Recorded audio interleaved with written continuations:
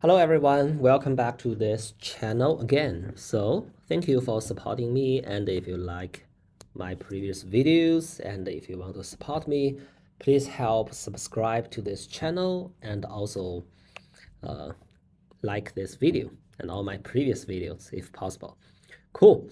So in previous video we talked about the caching layer in a system design, right? And one topic we have talked about is the where to place the cache, right? So we talked about 3 places to put the cache. The first one is between the web server and the databases, right? So basically we put the query result of the database into the cache, right? And the second place we can catch the data is on the client side, where we just catch some commonly used data or not frequently changed data on the client, on your mobile or on your desktop, right? So that's the second cache. And we also talked about the third place to put a cache, which is between the client and the web server, right? And like this. So we call it content delivery network. Okay, in this video, we are going to talk more details about this content delivery network, why we need it, and how do we design such a CDN, okay? Cool. Now, let's remove the database and some other places, okay? So let's simplify this. Let's say we have one server here, okay? Because the other components are non-related, okay? Cool. Okay, so first, let's have a retrospect. Why do we need such a content delivery network? Okay, cool. So let's say, let's take an example, okay? So let's say you are watching a YouTube video or you are watching a Netflix video, okay? So without the CDN, without the content delivery network, what you are going to do is basically you just send a request to the web server to request the video data, right?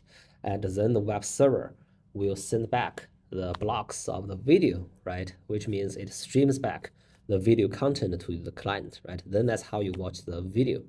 However, we have a problem here, which is about performance, right? Especially because the video is very large, right? So for example, for a typical 720p resolution video, it usually takes about several hundreds of megabytes, right? Which is very large, right? So if the client and the web server, they have a long network distance. So let's say my client is, let's say it's in India, or maybe it's in Europe, right? Let's say it's in London, okay? And my Netflix web server is actually in US, which is, let's say it's in California, okay? You can see they are into different continents, right? The network distance is very, very long, and also the delay, the network latency will also be very bad, right? So in this case, especially for watching videos, it will give you a very, very bad user experience. You will always get stuck, and the video will always be in a loading status, right? So probably in a real streaming service, you cannot do this, right? Okay, so how do we resolve this problem? The problem can be resolved by this content delivery network. Okay, cool. So basically here, we put a content delivery network. So let's say we put a content delivery network, or basically you can think it as some servers, right? So it's a CDN, but it's actually some servers, right? And these servers are more close to London, okay? So let's say this CDN, this content delivery network, the servers for the CDN are located in London, or it's in Europe, some country in Europe, which is much closer to London, right? So in this case, the server, the web server, our web server, let's say it's a Netflix web server, right? It will just put the video into the content delivery network, which is closer to the London location, right? And when the London's client, if he or she wants to watch some videos, then it just need to send a request to this content delivery network, and it can fetch and stream the videos, right? Because both the content delivery network servers and the client are in London. They are very close to each other, right? Then the performance will be much, much better than you just fetch the video from the California web server, right? So this is how we solve the performance problem for this kind of scenario, right? Which is through the content delivery network. Okay, cool. So that we talked about the performance thing, right? But also there's another issue which this CDN can resolve, which is the user base of your service is very big. Let's say you have users from London, right? Which could be, let's say I have 30 million users in London, and also I have some other places, let's say in China, I also have about, let's say I have 300 million users using my service. I maybe have another 20 million users in Mexico, okay, also watching videos, right? And also let's say there's another one, okay, which is in US, okay. I have, let's say 50 million users, active users who use the service at the same time. Let's say they're all using our service or watching the same video at the same time, right? You have so many users, all the users, if without CDN, all the users, they will just send a request to our California web server, right? Do you think our web server can handle such big amount of requests? I don't think so, right? But with CDN, it will solve this problem. So let's say, okay, for each location, we can have a specific or several CDN, right? So let's say we also have CDN. We have, let's say we have 3 CDNs. In China, we have 2 CDNs. In Mexico, we have another 3 CDN. In US, okay? And also, similarly, our web server will just push the video to all these CDNs, okay? So all these CDNs will contain the video data, okay? And then for China users, they just send a request to the China CDNs, right? And for Mexico, they just send a request to the Mexico CDN servers. And for US users, they just send a request to the US CDN servers, right? With this, you can see the requests are not directly sent to our web server. It's sent to the distributed servers, and those distributed servers are close to the user, right? So with this, we can also solve the bandwidth problem, right? Cool. So this is why we need the CDN.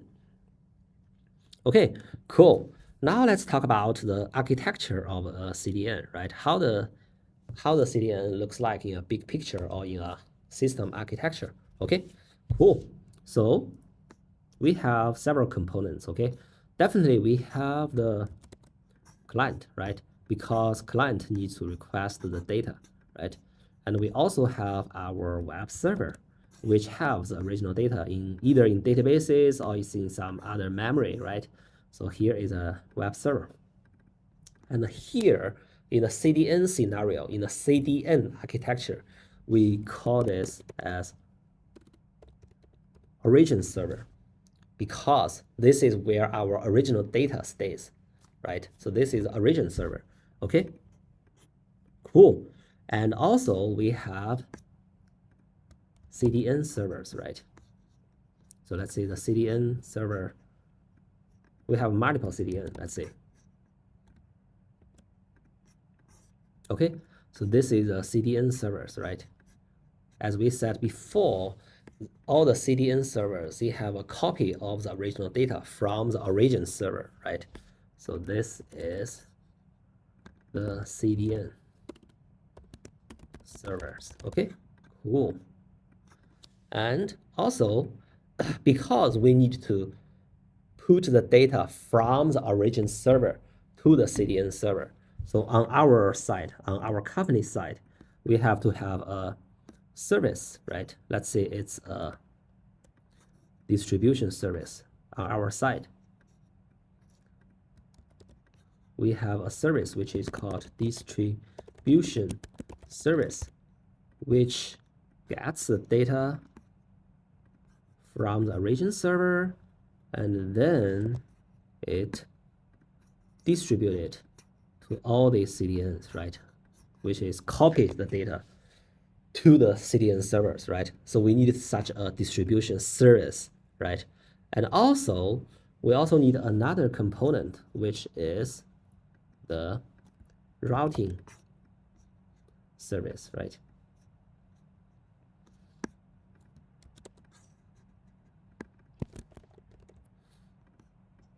Okay, let's say this is a routing service. What does this mean? This means, in theory, the client should get data from the closest CDN server, right? So how do I know which CDN server is closest to me, right? Because as a client, I don't know all the CDN servers. So it needs to go through this routing service, okay?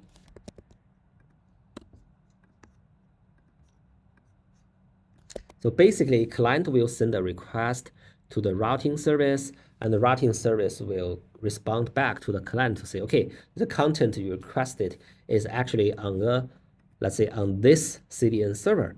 And so the client then send a request to the CDN server to get the data.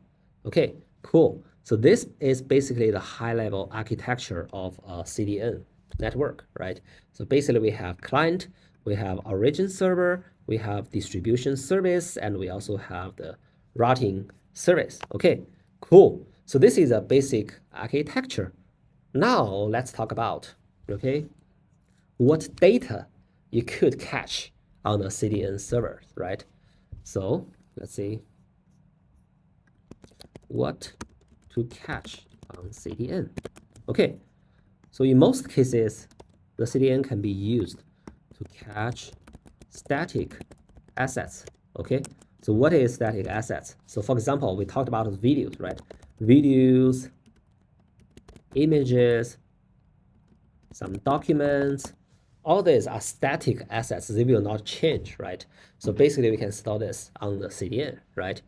And also another thing is some HTML file or some CSS file or some JavaScript file, which you can also store on the CDN servers, right? So basically, let's say now I want to visit www.facebook.com. So basically, you need to get the HTML file, CSS files, and the JavaScript files from Facebook so that you can render the page on Facebook, right? And all this HTML, CSS, and JavaScript, they are static. These are just the codes, right? They will not change. So basically, you can store them in the CDN servers. So basically, you don't need to go to the Facebook origin server to get all these files in order to render the page. You just get them from the CDN servers, okay?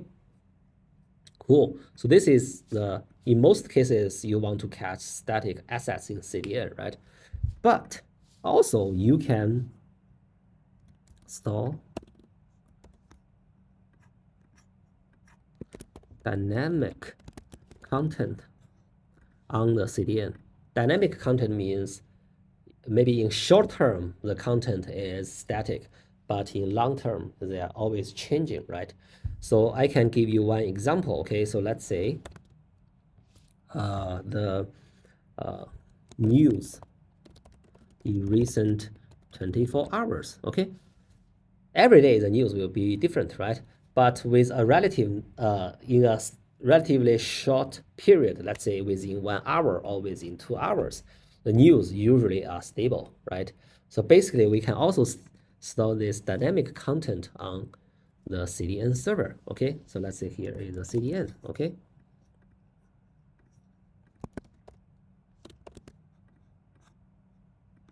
And what's more awesome with this, we can use some technology which is called edge computing. So basically, in this case, we not only store the data on the CDN servers, but also the CDN servers can also do some computing for us and then store the computed results in itself. So we don't need to do the computing on our origin server. So one example, let's say, still take the same example. Let's say it's news in recent 24 hours. Let's say this CDN is in London, right? Okay, and also I have a user client, right? Client here. So now the client in London, they want to get the latest news in recent 24 hours, right? So usually without CDN, you have to send a request to the origin server, right? To our origin server, our web server, right? Our web server then return you the latest news, right? However, for better performance, what we can do is that maybe even in this part, even for the computing the latest news part, we don't need to do all those computation. For example, we retrieve documents, we retrieve from third-party websites. This kind of computing can be done by the CDN servers, which is in London. So for example, let's say our news are in London, are usually from some third-party news providers, okay? So let's say it's here. It's London news providers, okay?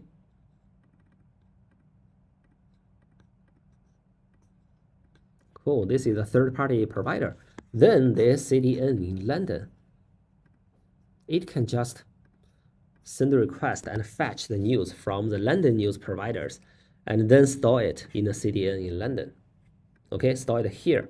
So in this case, you can see we don't need to bother the original server at all. We just do all the computing, all the data fetch, all the data storage in the CDN servers in London, right?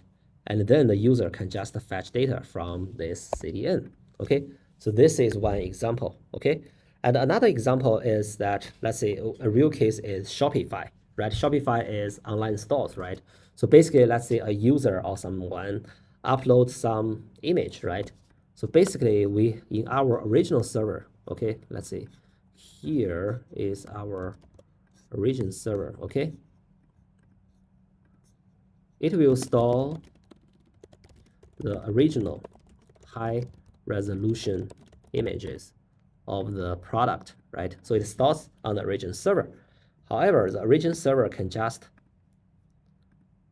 send the data to the CDN, right? Okay, it sends the data to the CDN. And in this case, based on different clients, so for example, if I use a mobile, right? I don't need a high resolution image, right?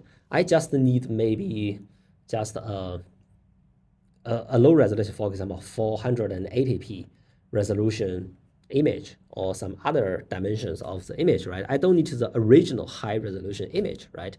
So in this case, we need to have different sizes of the image, which means we need to resize the original high resolution image to other different smaller sizes, right?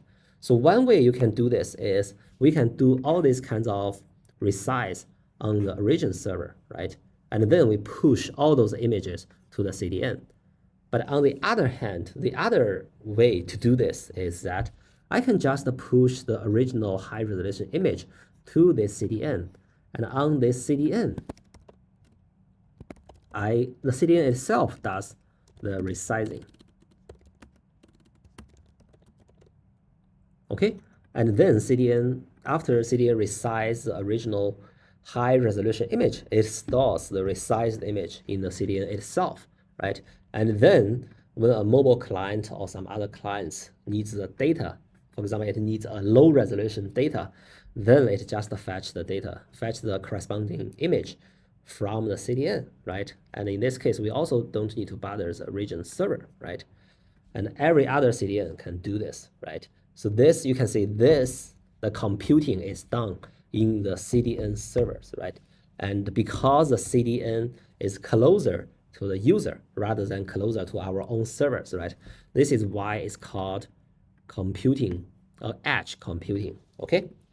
Cool, and this is how we do dynamic content caching in the CDN. Okay, cool. So we talked about what to cache on CDN. Now let's talk about some basic mechanisms to cache the data, right? So if you think about it, there are two ways to do the caching, right? One is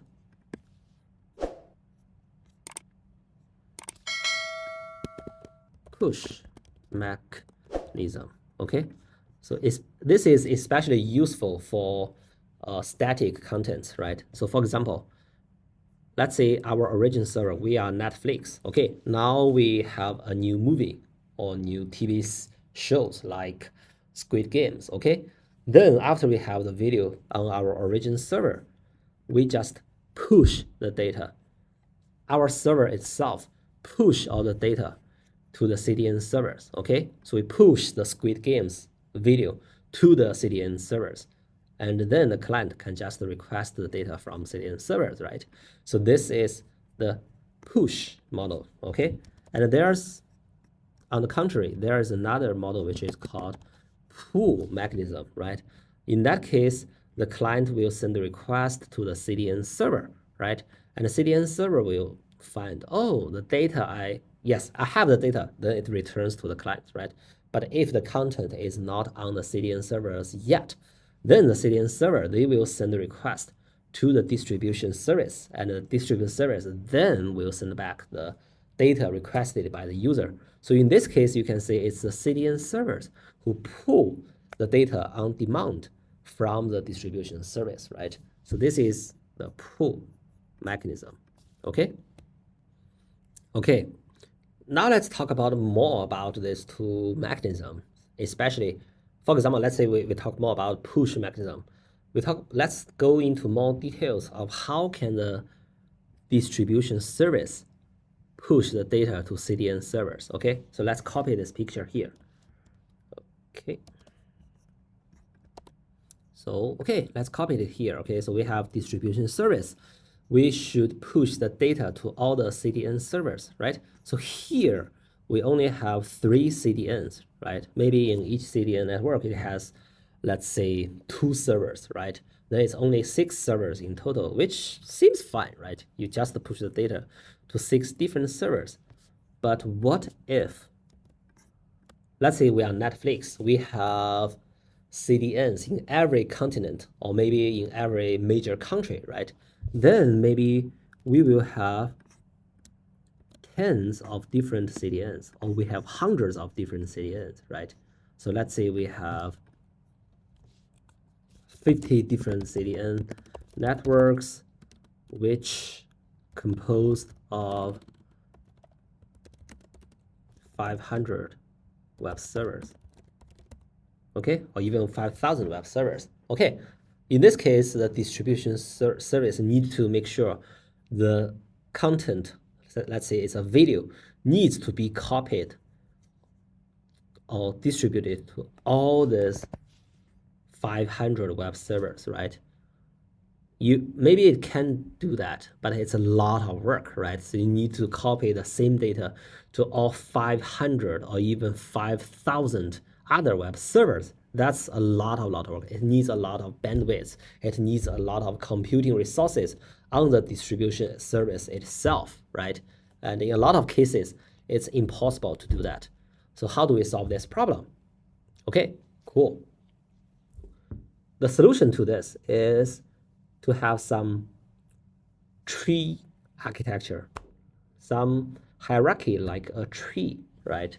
So let's redraw this, okay? Okay, so instead of, let's move it here, okay? So this is a distribution service. So instead of distributed to all the 500 or 5,000 servers, I just push it maybe to two CDNs first, okay? So I push the data to these 2 CDNs. And these 2 CDNs could be only 4 servers maybe. Okay, I push it to these 2 CDNs. And then these 2 CDNs could then copy could then distribute it down to its child CDNs. Let's say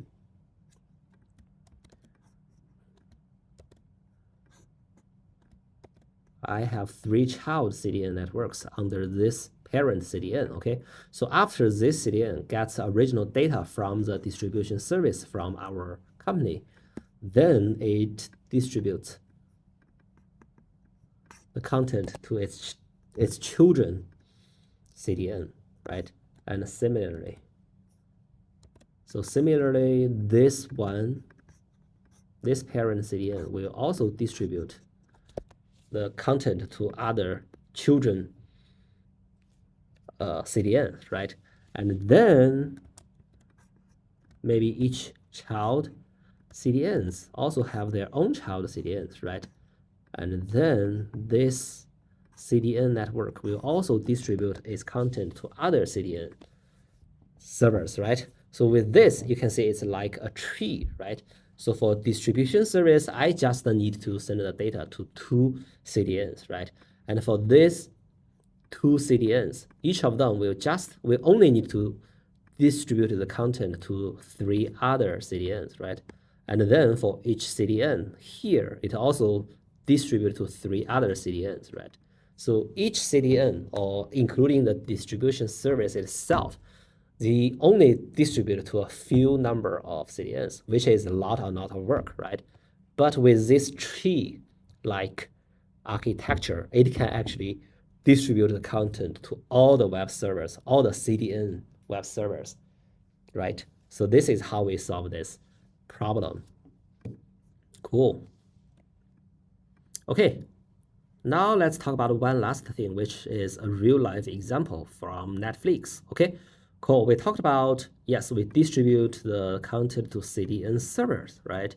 And the client just requests the data from CDN servers, right? But yes, the CDN server it could either be built by ourselves, by our own companies, or there are some other existing third-party CDN providers such as Cloudflare and some other Fastly, right? So is there any further thing we could do to optimize the performance of CDN? Is there any other things we can improve here? Okay, cool. So if you remember our previous video, okay, let's copy it here. Let's copy the client to here, okay? How a client send a request. How the client send a request? A client send a request, for example, if I want to visit facebook.com or netflix.com, it will always go through, okay, it will always go through our ISP, right? ISP, which is Internet Service Provider, right? It always need to go. So our request will always go through our ISP, Internet Service Provider. So for example, in US, maybe my network is connected through AT&T, right? Then AT&T is my Internet Service Provider, right? So all my requests needs to go to the ISP, go through the ISP network, right? Okay, cool. So in this case, could we consider just put our CDN, which is essentially, CDN is essentially a cache, right? Can we just put our CDN inside the ISP? Because ISP have their own data centers, right? So if we just put our data into ISP, that's even closer to the client, right? Because let's say you don't put it here. Usually what happens is that the CDN is outside of the ISP, right? So basically the client sends a request, it goes through the ISP, and the ISP contacts the CDN, right? And this CDN return the data to ISP, and ISP return the data to client. This is what happens, right? But let's say if the cache, if the CDN is just inside, it's just inside this ISP, then the request never needs to go out of the ISP itself, right? Which saves a lot of bandwidth, right? So in this case, the client sends a request to ISP, and the ISP just fetch the content from the ISP data center itself, and then it returns to the client, right? So it's with this, the content is even closer to the client, right? So which give us higher performance, right? So this is a benefit, right? Okay, so you may ask why the ISP want to do this, right? So why? Because putting the CDN, putting some cache inside my ISP data center needs extra cost, right? I need to buy additional machines. I need to have additional maintenance, right? Why I want to do this? So basically, there are several factors you can consider, right? The first is better user experience, right? So because the client can feel better performance, it can feel faster watching video speed, right? So I never got stuck when I watch movies, right? So that's a better experience, right? With better experience, I will just stay with this ISP. If other ISPs doesn't have this kind of mechanism, then I am the best one on providing streaming service, right? Then users will come to me, right? So this is one benefit for ISP. Another benefit is for ISP in the long term, actually, it also saves them a lot of cost, because if the CDN, let's say CDN is outside of the ISP has to send a request to external internet services, right? So it consumes bandwidth for ISP themselves, right? The more data you send it out, the more cost the ISP themselves will have, right? So by putting the cache, by putting the CDN within ISP itself, ISP themselves don't need to send requests outside of the ISP themselves. So it saves them money, saves them cost, right? Yes. And another benefit is not for ISP. The last one is for the service provider. Let's say I'm Netflix, right? If I can build this CDN within the ISP, I can give my users also better experience, right? So for my company, the users will have a high retention for our service, right? So this is why both the service provider like Netflix and also the ISP themselves like this kind of, if they do have such technology, they prefer to do this, right? Because of these benefits. Okay, cool. And actually, this is what Netflix is doing right now. Cool. Okay, so this is this video. So we talked about the special kind of caching mechanism, which is content delivery network. It is between the client and our web server, right? And also we talked about the whole architecture of this CDN. We also talked about how to cache static assets, how to cache dynamic content. And also we talked about the push and pull mechanisms and how to further optimize the distribution experience, right? So yeah, this is this video. Hopefully you enjoyed it and learned something new. So if you like this video, please give me a like and also subscribe to our channel. Thank you so much, and see you in next